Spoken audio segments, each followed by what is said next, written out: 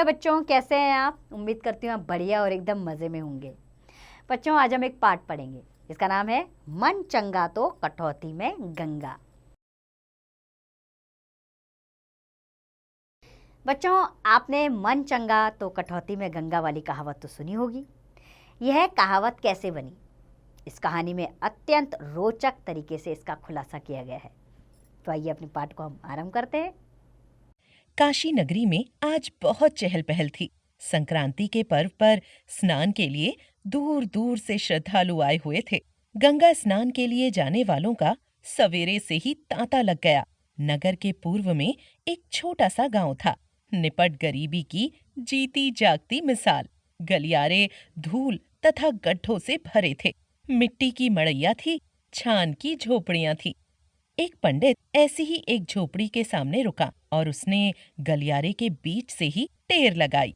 भगत जी, अरे कहाँ चले गए भैया?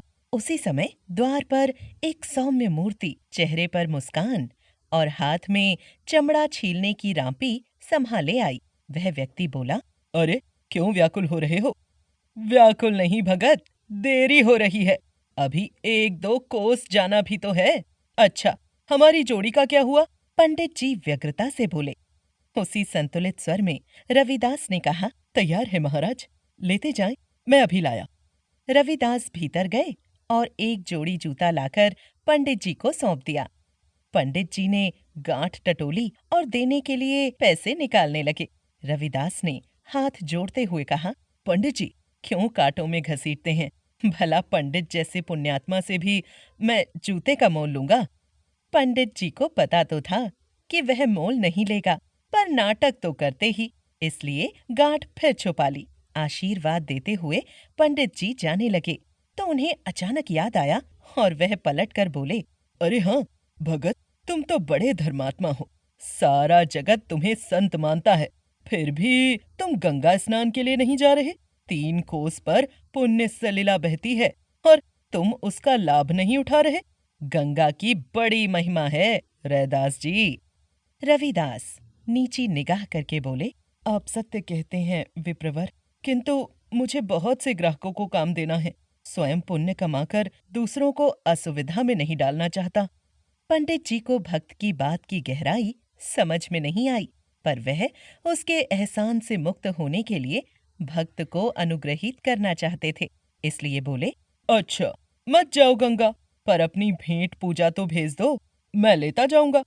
रविदास पंडित जी का मनोरथ समझ गए और उनका मन रखने के लिए भेंट लाने भीतर गए। कुछ ही क्षणों में उन्होंने 4 कौड़ियां पंडित जी को लाकर दी और कहा कि मेरी ये 4 कौड़ियां गंगा मैया को चढ़ा देना। पंडित जी ने कौड़ियां ली और चले गए। कोई 1 सप्ताह बाद वही पंडित जी मुंह लटकाए रविदास जी के पास आए। उनके मुख की कांति क्षीण हो गई थी। वे अस्त व्यस्त से लग रहे थे। झोपड़ी के द्वार पर उन्होंने बड़े कातर स्वर में आवाज लगाई, रैदास भगत, रैदास जी महाराज। रविदास जी बाहर आए और पूछा, अरे पंडित जी, आज भोर में ही कहाँ से आ गए? बड़े दुखी दिखाई पड़ रहे हैं। क्या मुझसे कुछ भूल हो गई? नहीं भगत जी, अब तो मेरे प्राण तुम्हारे हाथों में हैं। पंडित जी गिड़गिड़ाते हुए बोले। रविदास जी ने आश्चर्यचकित होकर कहा, यह क्या कहते हैं महाराज? भला मैं किस योग्य हूँ? अरे शुभ शुभ बोलो भगत, मैंने तुम्हारे साथ छल किया और छल का फल भुगत रहा हूँ। मेरा निस्तार तो तुम्हारे ही हाथों है। पंडित जी हीन भाव से बोले। अब तो रविदास और भी आश्चर्य में डूब गए और बोले, ब्राह्मण देवता, आपने भला मुझसे क्या छल किया है? आपकी मुझ पर सदा कृपा रहती है। अच्छा भगत जी, सुनो, क्षमा करो तो बताऊं।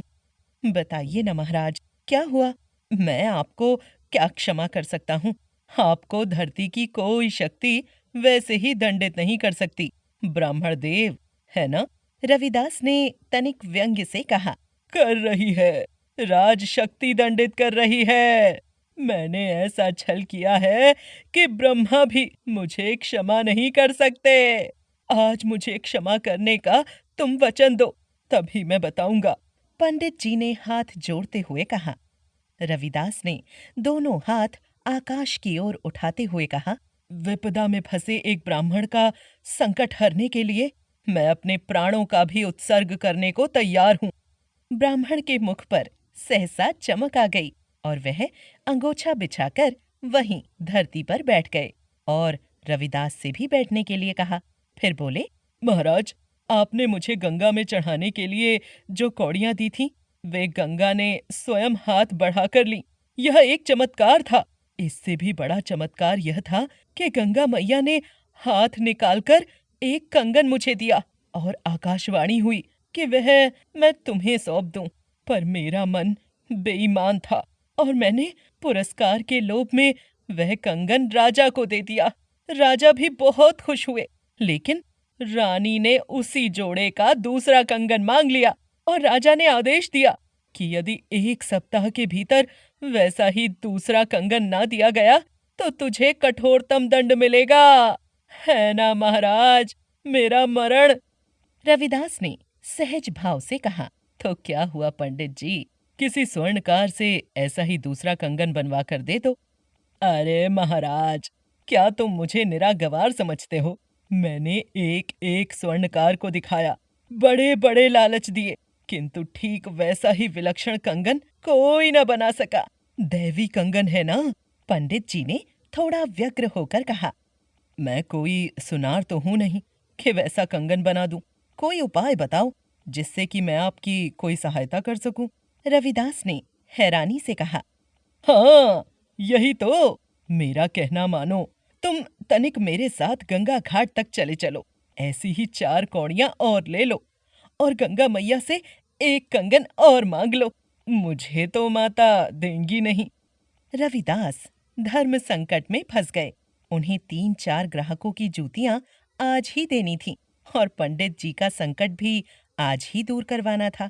वह कुछ क्षण आंख बंद करके सोचते रहे और बोले, पंडित जी, आज तो जाना संभव ना होगा। एक ही उपाय है कि आपके स्थान पर मैं दंड भोग लूं। अरे राम भजो भगत जी, तुम भला क्यों दंड भोगो? गंगा मैया तुमसे इतनी प्रसन्न है कि यहाँ बुलाओगे तो यहीं आ जाएंगी। पंडित जी ने लपक कर उत्तर दिया। रविदास अविश्वास के साथ बोले, यह असंभव है। पंडित जी ने विश्वास के साथ कहा, किसी बड़े से बर्तन में पानी तो लाओ, मैं उसमें गंगा जल के छींटे दूंगा और यदि तुम सच्चे भगत हो तो गंगा माँ उसी में प्रकट हो सकती हैं। रविदास पंडित जी की बात पर फिर अविश्वास प्रकट करते हुए बोले, संभव ना होगा पंडित जी। पानी तो मैं ला देता हूँ, पर सबसे बड़ा बर्तन तो चमड़ा भिगोने की मेरी कठौती ही है। वही ले आऊं? हाँ भगत जी, वही ले आओ। पंडित जी बड़े उतावले हो रहे थे। कुछ ही देर बाद रविदास कठौती लाए और पंडित जी ने भगत जी से कहा, तनिक देर के लिए गंगा मैया का ध्यान करो भगत जी। रविदास ने आंखें बंद करके गंगा की स्तुति गाई और जब आंखें खोली तो पंडित जी ने कहा, कठौती में हाथ डालकर देखो, कहीं सुरसरी ने हम पर उपकार तो नहीं कर दिया है। रविदास ने कठौती में हाथ डाला तो उसमें एक दिव्य कंगन मिला। इस कंगन को देखकर उनकी आंखें चौधिया गईं। तभी पंडित जी एकदम बोल पड़े, भक्त रविदास की जय हो। पंडित जी का घोष सुनकर गलियारे से गुजरती साधुओं की एक टोली भी आ पहुंची और साधुओं ने जिज्ञासा से पूछा, क्या हुआ महाराज? अरे क्या हुआ, भले मानुषों, चमत्कार हो गया। ऐसा ना भूत में हुआ है और ना भविष्य में होने की संभावना है। पंडित जी सुध बुध गवाकर इतने अभिभूत हो गए कि तालियां बजा बजा कर जमीन पर कूदने लगे। देखो देखो, आज साक्षात गंगा माई रविदास की कुटिया में प्रकट हुई और यह कंगन देकर अंतर ध्यान हो गई। पंडित जी अविरल बोले जा रहे थे। उधर तमाशबीनों की भीड़ बढ़ती जा रही थी और सभी रविदास की जय जयकार कर रहे थे। रविदास ने भीड़ को शांत होने का अनुरोध किया और उल्टा सवाल पूछा, भले मानुषों, एक छोटी सी कठौती में भला कहीं गंगा आ सकती है? भीड़ ना मानी। उसने इसे रविदास की विनयशीलता मानकर जयकारा और बढ़ा दिया। तभी पंडित जी बोले, अरे भाइयों, भगत जी अपनी महिमा छिपा रहे हैं। देखो, यह कंगन प्रमाण है जो गंगा माई ने दिया है। तभी एक वृद्ध पंडित जी भीड़ से बाहर आए और कंगन परख कर बोले, कंगन दिव्य है, यह देवलोक में ही बन सकता है। निश्चय ही यह गंगा का वरदान है। और यह हुआ मन चंगा तो कठौती में गंगा। तो बच्चों, आपको ये पाठ पसंद आया होगा और आपने इसे ध्यानपूर्वक सुना होगा। आप समझ गए होंगे जीवन का अंतिम लक्ष्य क्या है।